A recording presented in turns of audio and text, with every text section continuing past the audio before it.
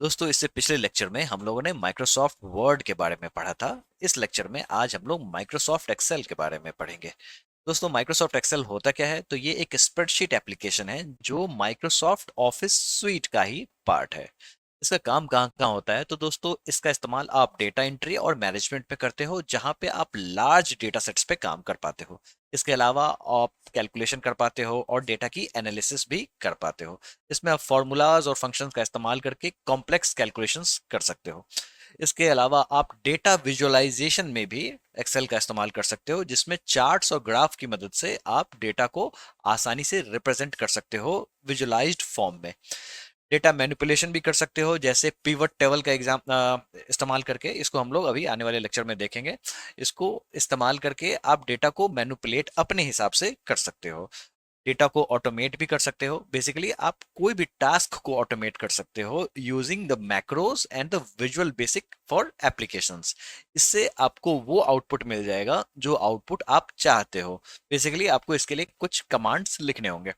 हम लोग आगे इसको देखेंगे। दोस्तों ये है आपका वर्कबुक। अब ये क्या होता है?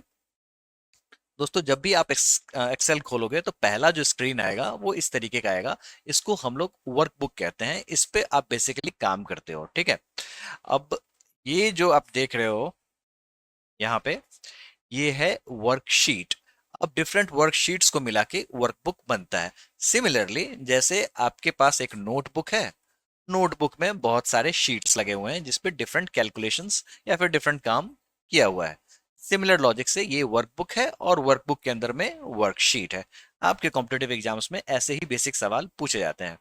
दोस्तों जब आप एक्सेल को खोलोगे तो आपको सबसे ऊपर में दिखेगा quick access tool bar.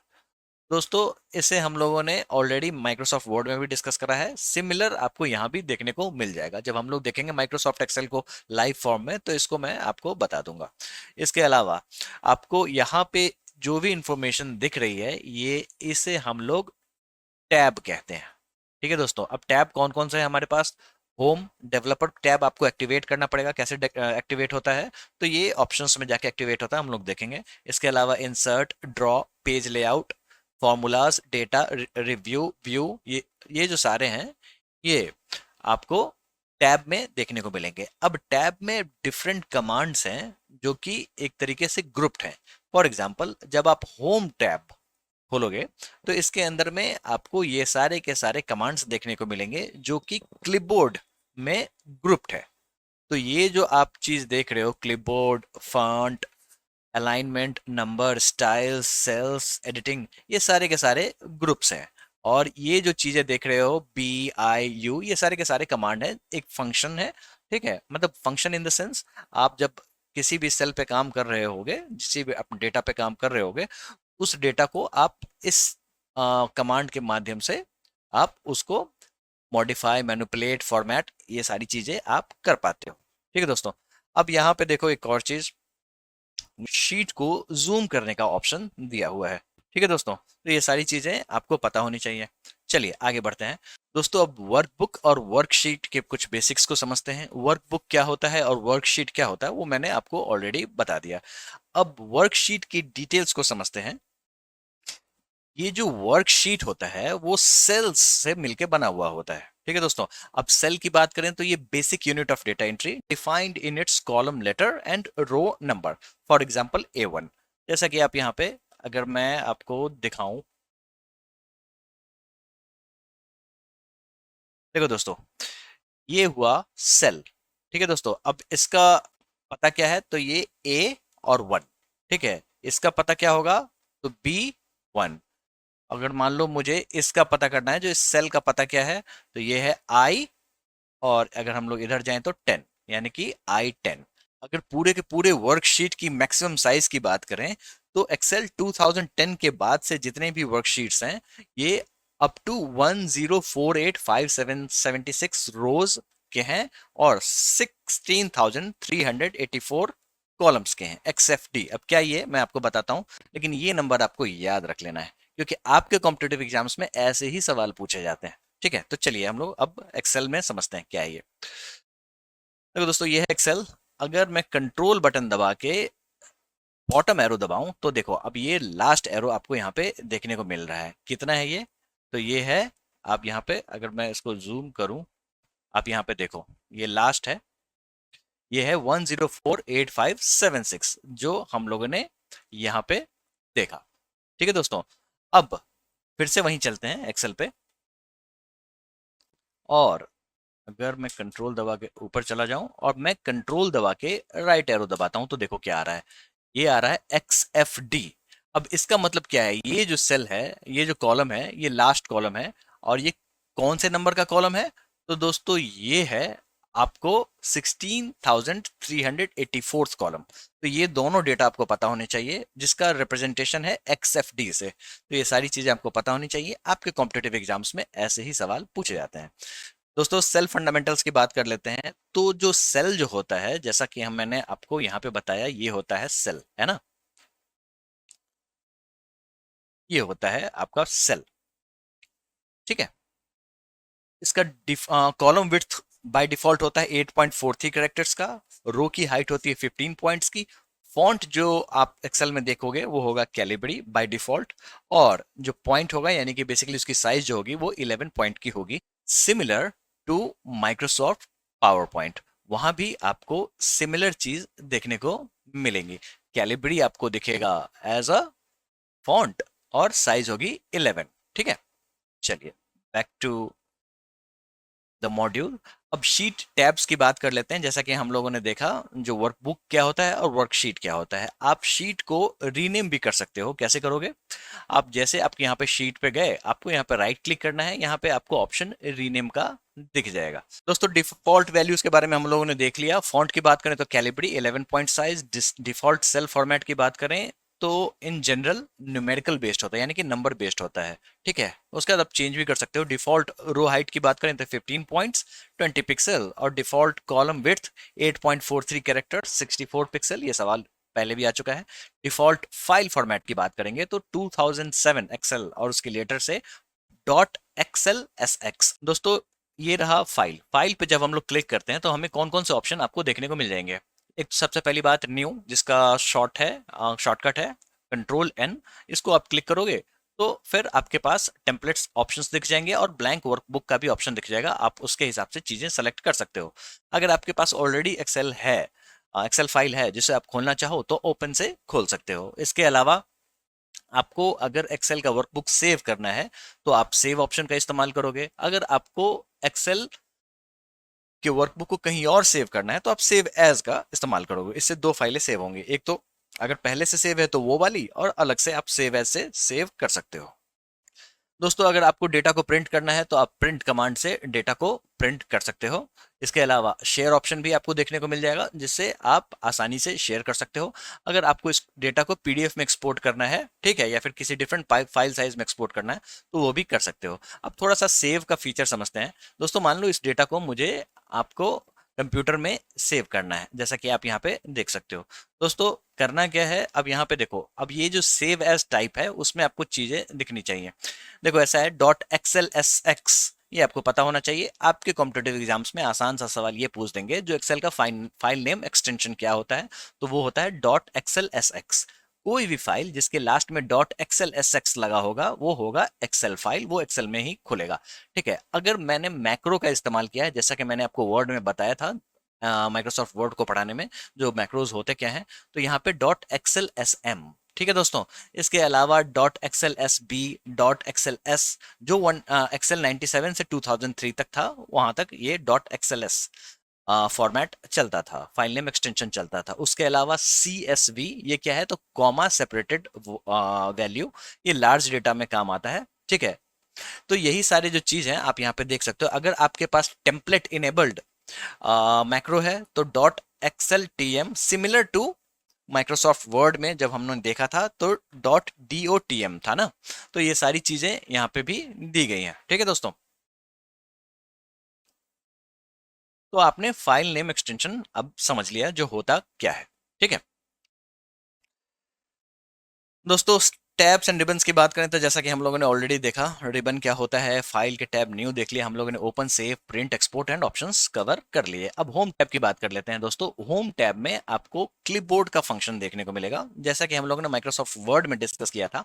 Similar feature के साथ इसमें आप डेटा को कट, कॉपी, पेस्ट कर सकते हो। इसके अलावा माइक्रोसॉफ्ट वर्ड में मैंने फॉर्मेट पेंटर भी बताया था, जो किस तरीके से अगर आपको आपका कोई भी सेल एक फॉर्मेट में डिजाइंड है तो आप उस डिजाइन को कॉपी करके किसी दूसरे सेल पे अप्लाई कर सकते हो through the method of format painter. Font की बात कर लें तो यहाँ पे आपको बोल्ड, इटैलिक, अंडरलाइन, ये सारी चीजें जो हम लोगों ने माइक्रोसॉफ्ट वर्ड में डिस्कस किया, यहाँ भी आपको देखने को मिल जाएगा। सिमिलर कमांड है, कमांड लाइन भी सेम है, control B, control I, control U, है ना। तो ये सारी चीजें आपको यहाँ पे देखने को मिल जाएंगे। इसके अलावा अलाइनमेंट की बात कर लेते हैं तो यहाँ पे आप टेक्स्ट को लेफ्ट, राइट और सेंटर आसानी से अलाइन कर सकते हो। ये सारे ऑप्शंस आपको देखने को मिल जाएंगे। इसके अलावा आपको ये जो ऑप्शन है, इसको हम लोग कहते हैं ओरिएंटेशन। ये बेसिकली टेक्स्ट के ओरिएंटेशन के लिए होता है, जो आपका जो टेक्स्ट होगा वो किस तरीके का होना चाहिए। जैसे फॉर एग्जांपल मैंने यहाँ पे कोई टेक्स्ट लंबा चौड़ा टाइप कर दिया, ठीक है। अब मैं इसके ओरिएंटेशन पे जाऊं तो फिर मैं इसको वर्टिकली चाहूंगा तो वर्टिकली भी आ जाएगा, ठीक है। अगर मैं चाहूंगा तो स्लैंटिंग वे में आए वो भी आ जाएगा। इस तरीके से टेक्स्ट को मैं आसानी से ओरिएंट कर सकता हूँ, ठीक है दोस्तों। इसके अलावा आपको जस्टिफाई भी यहाँ देखने को मिल रहा है। इसके अलावा नंबर्स की बात करें तो format cells for currency, percentage, data and more. अब ये आपको देख, ये यहाँ पे दिया हुआ है। वैसे इसको अगर आपको एक्सेल में देखना है तो देखो यहाँ है ना नंबर। अब यहाँ पे आप ये सारी चीजें अपने डेटा के हिसाब से सेलेक्ट कर सकते हो, ठीक है दोस्तों। अब आपके कॉम्पिटेटिव एग्जाम्स में ऐसे ही सवाल पूछे जाते हैं, तो फिर मैं इसी तरीके से बता रहा हूँ। स्टाइल्स की बात करें तो आप सेल में स्टाइल्स अप्लाई कर सकते हो और कंडीशनल फॉर्मेटिंग का इस्तेमाल भी कर सकते हो, ठीक है।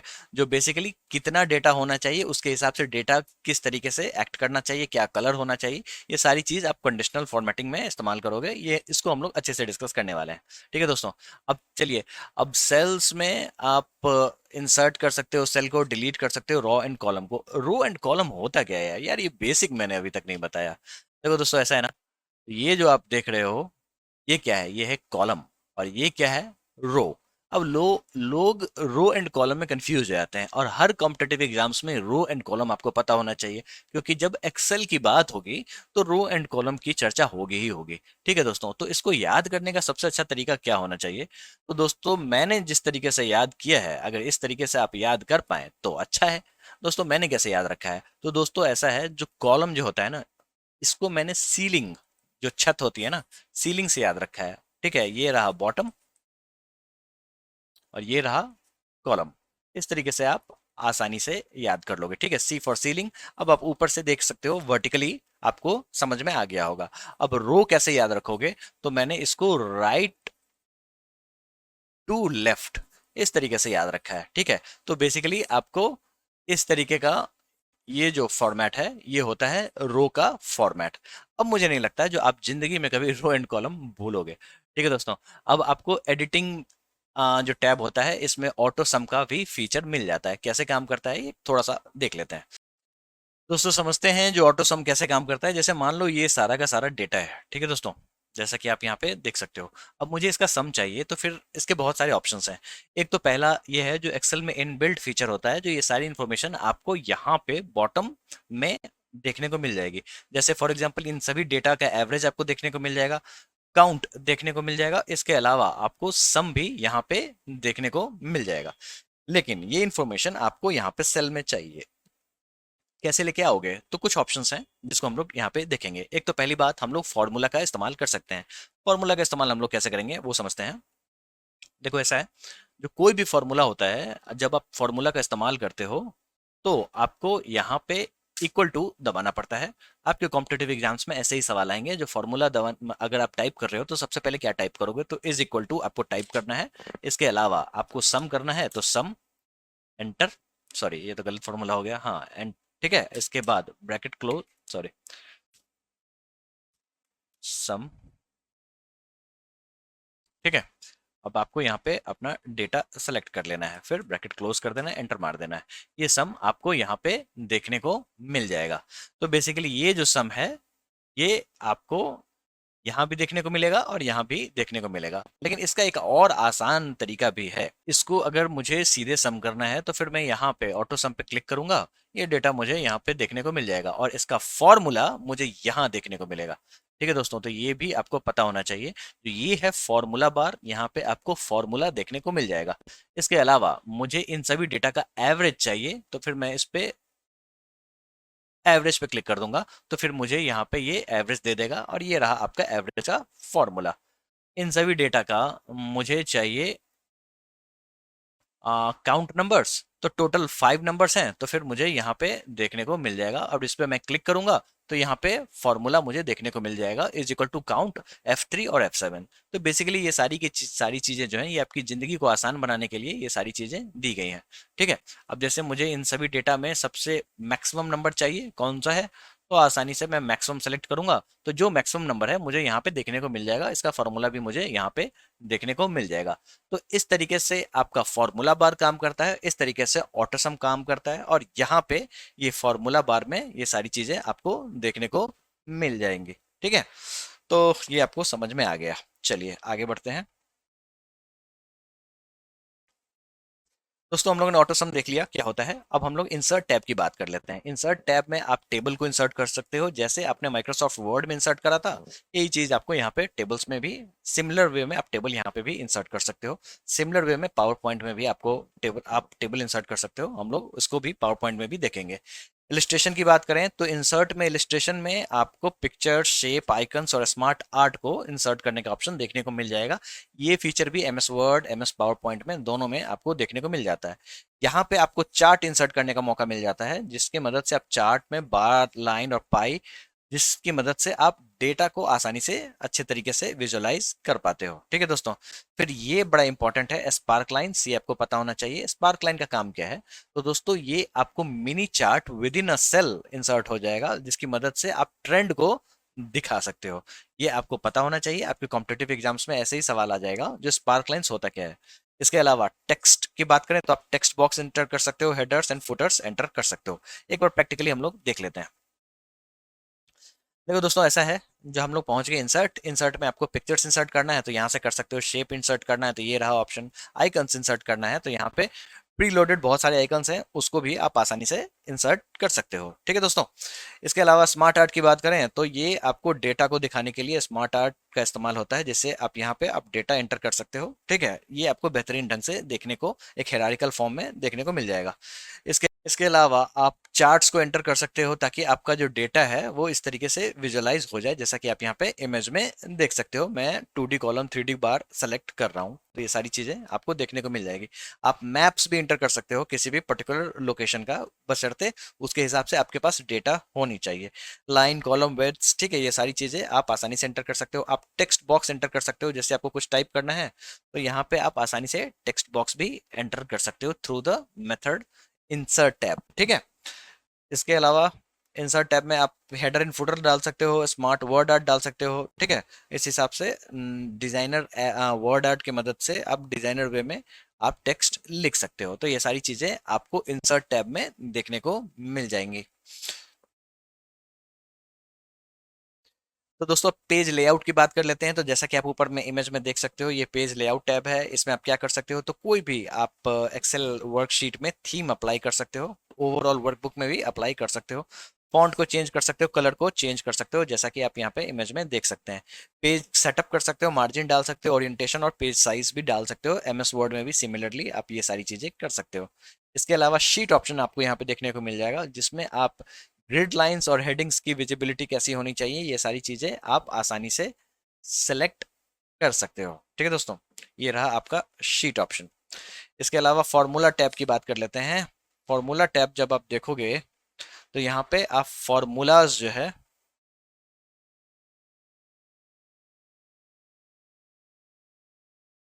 यहाँ पे आपको डिफरेंट फॉर्मूलाज और फंक्शंस इंसर्ट करने का ऑप्शन आपको देखने को मिल जाएगा। ठीक है, जिसमें function library, defined names, formula auditing, ये सारी की सारी चीजें आपको देखने को मिल जाएगी। इसके अलावा अब डेटा टैब की बात कर लेते हैं। तो डेटा टैब में आपको डेटा को मैनेज करना और एनालिसिस करने में आपको ये मदद मिलेगा। एक्सटर्नल डेटा जो होती हैं उसको आप इंपोर्ट कर सकते हो। जैसे मान लो आपके पास किसी भी एरिया का टेलीफोन डायरेक्टरी है जो कि आपको CSV फॉर्मेट में दिया हुआ है, यानी कि कॉमा सेपरेटेड वैल्यू में दिया हुआ है। आप आसानी से इसको गेट डेटा करके क्लिक करके वो डेटा इंपोर्ट कर सकते हो, ठीक है, और उस पर काम कर सकते हो। इसके अलावा डेटा को फिल्टर कर सकते हो, सॉर्ट कर सकते हो, ठीक है, यानी कि बेसिकली A to Z के फॉर्म में, Z to A के फॉर्म में, असेंडिंग डिसेंडिंग ऑर्डर में लगा सकते हो, डेटा पे फिल्टर लगा सकते हो। ठीक है दोस्तों, तो ये सारी की सारी चीज़ें आप यहाँ से कर सकते हैं। इसके अलावा डेटा टूल्स भी दिया हुआ है, ठीक है, जिसमें आप टेक्स्ट टू कॉलम्स का इस्तेमाल कर सकते हो ताकि सेल के कंटेंट्स को आप स्प्लिट कर सको। व्हाट इफ एनालिसिस जो आप यहाँ पे देख सकते हो, इसका भी आप इस्तेमाल कर सकते हो ताकि आपको गोल सीक करने में मदद मिले। आगे हम लोग देखेंगे सिनेरियो मैनेजर भी आपको यहाँ पे देखने को मिलेगा। रिव्यूज टैब की बात करें तो रिव्यूज टैब में आपको बेसिकली आपने कुछ भी लिखा है उसमें अगर आपको स्पेलिंग में एरर है वो आप आसानी से देख सकते हैं। थिजॉरस की बात करें तो जैसा कि हम लोगों ने MS वर्ड में डिस्कस किया, ये आपको एक जैसे मान लो प्रूफ रीडिंग है तो इसका आपको डिफरेंट मीनिंग दे देगा अलग से, ठीक है, सिनोनिम्स दे देगा। आपको अगर चेंज करना है तो आप आसानी से प्रूफ रीडिंग को चेंज करके सिनोनिम कोई मीनिंग डाल सकते हो। ठीक है दोस्तों, इसके अलावा आपको कमेंट्स का ऑप्शन देखने को मिल जाएगा, प्रोटेक्शन भी देखने को मिल जाएगा। सिमिलर चीज आपको MS वर्ड में भी देखने को मिला था। व्यूज टैब की बात करें तो व्यू टैब पे आप क्लिक करोगे, ठीक है, तो ये आपको normal page layout, page break, preview आपको देखने को मिलेगा। इसके अलावा आपको यहाँ पे ऑप्शंस ये देखने को मिलेंगे जो अगर आपको शो या हाइड करना है, किसको, रूलर को, ग्रिड लाइन को, फॉर्मूला बार को। ठीक है दोस्तों, ये सारी चीजें हम लोगों ने ऑलरेडी देख रखी है। फिर आप जूम कर सकते हो। अब कुछ एक्सेल के बेसिक फंक्शंस को समझते हैं। सम को हम लोगों ने ऑलरेडी समझ लिया, एवरेज भी हम लोगों ने समझ लिया, काउंट को समझ लिया, ठीक है, मैक्सिमम और मिनिमम ये सारे के सारे जो हैं हम लोगों ने ऑटो सम फीचर में देख लिया था, है ना। तो चलिए दोस्तों, अब हम लोग लॉजिकल फंक्शंस को समझते हैं। दोस्तों लॉजिकल फंक्शंस कहाँ पे काम आते हैं ना, जब आप यहाँ पे एक तरीके का डेटा के लिए कोई लॉजिक लगाते हो, जैसे इफ, एंड, और नॉट। इसको एग्जांपल से अच्छे से समझते हैं। ठीक है दोस्तों, इफ में आपका कंडीशन चेक होता है, एंड में आपको मल्टीपल कंडीशंस चेक होते हैं, और में आपको कंडीशन देखा जाता है ये सही है या फिर ये सही है। ठीक है, इसके अलावा नॉट में आपको देखना है जो ऑपोजिट वाले जितने भी कंडीशंस हैं वो आपको देखने को मिलेंगे। इसको एग्जांपल से समझते हैं, वो बेटर समझ में आएगा। देखो दोस्तों, ऐसा है, जो यहाँ पे मान लो मैंने इफ फंक्शन को लगाया है, इस फंक्शन में ये फंक्शन ये है, जो अगर स्कोर आपको यहाँ पे A9 का जो स्कोर है ये 50 से अगर बड़ा है तो वो पास होगा, अदरवाइज फेल होगा। यहाँ पे नंबर है 49 और ये फेल मुझे दिख रहा है। अगर मैं इस नंबर को 60 कर दूं तो क्या होगा?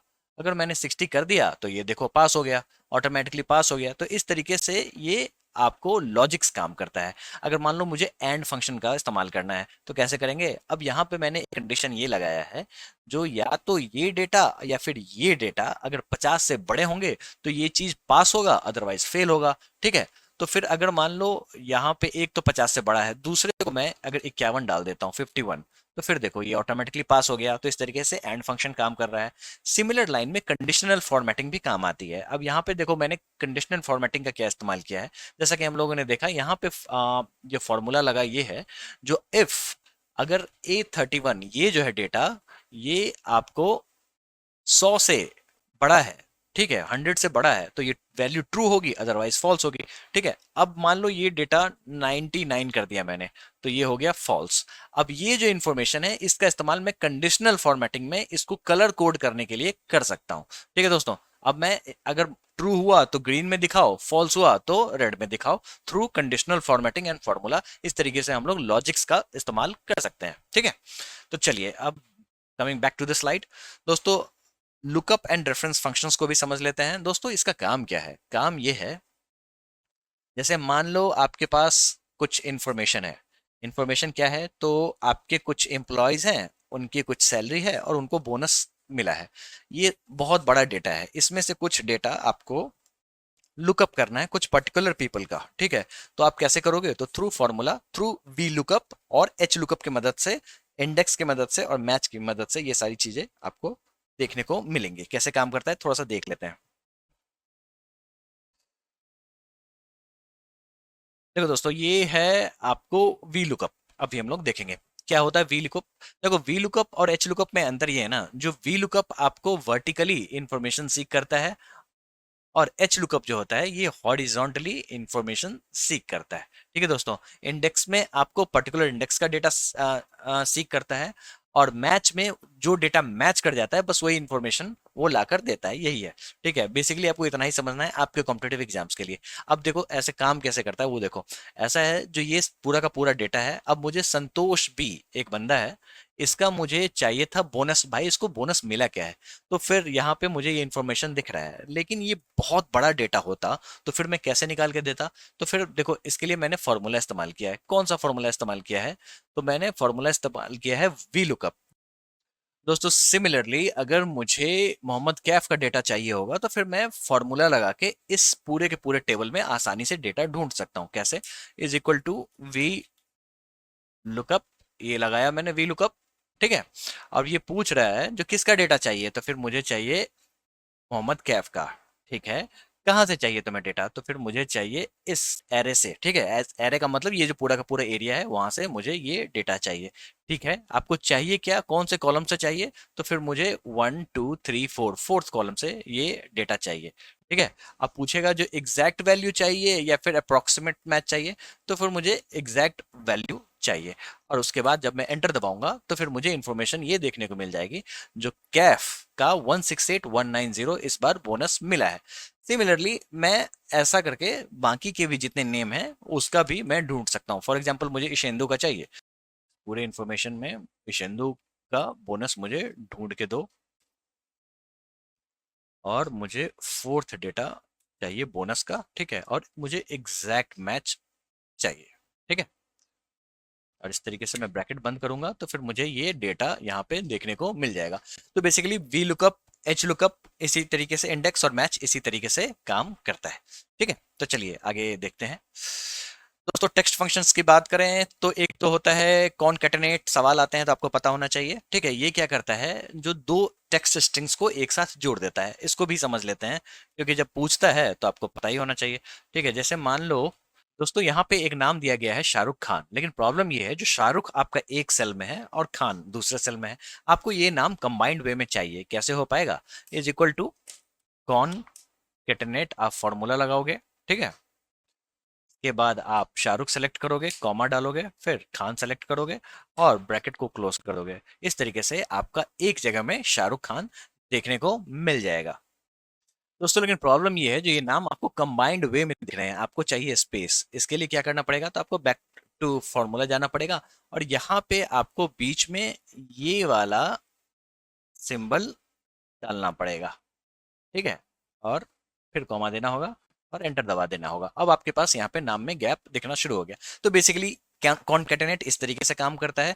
कॉम्पिटेटिव एग्जाम्स में आपको ये बस पता होना चाहिए जो कॉनकैटिनेट का काम क्या है। इसी तरीके से तो और जो टेक्स्ट फंक्शंस की बात करें तो लेफ्ट राइट मिड ट्रिम, ये सारे के सारे टेक्स्ट फंक्शंस हैं। इसका काम कहाँ आता है? जैसे मान लो अगर आपको नाम है शाहरुख, ठीक है, अगर आपको चाहिए सिर्फ और सिर्फ किसी भी नाम के पहले 4 कैरेक्टर्स आपको एक्सट्रैक्ट करने हैं, तो फिर आप लेफ्ट U15 का इस्तेमाल कर लो। U15 मैंने रैंडम एड्रेस सेलेक्ट किया है, जो एग्जैक्ट एड्रेस होगा उस तरीके से आप सेलेक्ट कर सकते हो। सिमिलरली आप एक बार में बहुत सारे नंबर्स आसानी से सेलेक्ट कर सकते हो। अगर आपको कोई एक्स्ट्रा स्पेस हटाना है टेक्स्ट का, तो फिर ट्रिम कमांड आप इसी तरीके से फंक्शंस यूज कर सकते हो। डेट एंड टाइम फंक्शन की बात करें तो फिर अगर आपको अभी का जो करंट डेट चाहिए, तो आपको ये command formula is equal to today ये इस्तेमाल करना होगा। लेकिन इसकी एक डिमेरिट ये है, जो कल को अगर आप एक्सेल खोलोगे तो वो उस दिन का डेट दिखाएगा। ठीक है, तो बेसिकली ये डायनेमिक होता है। ठीक है, तो ये सारी चीजें आपको पता होनी चाहिए। इसके अलावा नाउ अगर डालोगे तो अभी आपका करंट डेट और टाइम दे देगा। डे की बात करोगे तो डे निकाल के देगा। मंथ की बात करोगे तो मंथ और किसी एक डेट से निकाल के देगा। इसके अलावा ईयर, जो ये एक डेट से ईयर निकाल के देगा। कुछ डेटा एनालिसिस टूल्स की बात करें तो पिवट टेबल, जो आपको कोई भी इंफॉर्मेशन आपको एक जगह, अगर बहुत सारी इंफॉर्मेशन में कुछ इंफॉर्मेशन निकाल के आपको सीक करना हो तो पिवट टेबल का इस्तेमाल आपको करना होता है। कैसे काम करता है ये आपको मैं थोड़ा समझा देता हूँ। देखो दोस्तों, ये है, ये रहा आपका पिवट टेबल। पिवट टेबल काम कैसे करता है वो समझो। जैसे मान लो मुझे ये पूरा का पूरा डेटा है, इसमें जिसमें डेट दिया हुआ है, डेट वाइज ये प्रोडक्ट है, ये उसकी कैटेगरी है और इस हिसाब से यहाँ पे सेल हुआ है और ये क्वांटिटी है। ठीक है, अब मुझे हर इस डेटा से हर चीज अलग अलग चाहिए। जैसे मुझे क्वांटिटी का एवरेज चाहिए, सेल्स का सम चाहिए, ठीक है, किस किस कैटेगरी का पर्टिकुलर चाहिए, तो ये सारी की सारी चीजें पॉसिबल है कैसे। तो बस आपको डेटा यहाँ पे सेलेक्ट करना है, इंसर्ट पे जाना है, पिवट टेबल सेलेक्ट करना है। ठीक है, फ्रॉम टेबल रेंज, ठीक है, एग्जिस्टिंग वर्कशीट, एक मिनट रुक जाओ। ठीक है, ये मैंने सेलेक्ट कर दिया। लोकेशन की बात हो रही है, ये रहा। ठीक है, ये रहा। अब आपके पास पिवट टेबल खुल के आ गया है। अब इसी इंफॉर्मेशन को ये डिफरेंट वे में ये डाल देगा। जैसे मैंने डेट सेलेक्ट किया तो भी जो भी डेट है वो एक फॉर्मेट में मुझे देखने को मिल जाएगा। ठीक है, मुझे प्रोडक्ट चाहिए तो फिर ये प्रोडक्ट भी यहाँ पे मुझे देखने को मिल जाएगा। अब मैं चाहता हूँ ये प्रोडक्ट जो है ये कॉलम में चला जाए तो ये कॉलम में चला जाएगा। ठीक है, तो फिर बेसिकली डेटा का रिप्रेजेंटेशन आसानी से हो सकता है। जैसे नंबर ऑफ सेल्स मुझे चाहिए तो ये यहाँ पे वैल्यूज के रूप में मुझे देखने को मिल जाएगा। अब मुझे एवरेज चाहिए होगा तो मैं आसानी से ये सारी चीजें क्लिक करके आसानी से ये सारी चीजें निकाल सकता हूँ। ठीक है, तो इस तरीके से पिवट टेबल काम करता है। तो बेसिकली ये बहुत सारा डेटा है, इसमें से मुझे डेटा का एक पर्टिकुलर इंफॉर्मेशन चाहिए होगा तो वो सारी चीजें ये आसानी से टेबल के फॉर्म में ये मुझे करके दे देगा। यही काम है पिवट टेबल का। ठीक है, तो चलिए जल्दी से आगे बढ़ते हैं। पिवट चार्ट की बात कर लें तो इसी का जो रिप्रेजेंटेशन चार्ट फॉर्म में होगा उसे हम लोग पिवट चार्ट कहते हैं।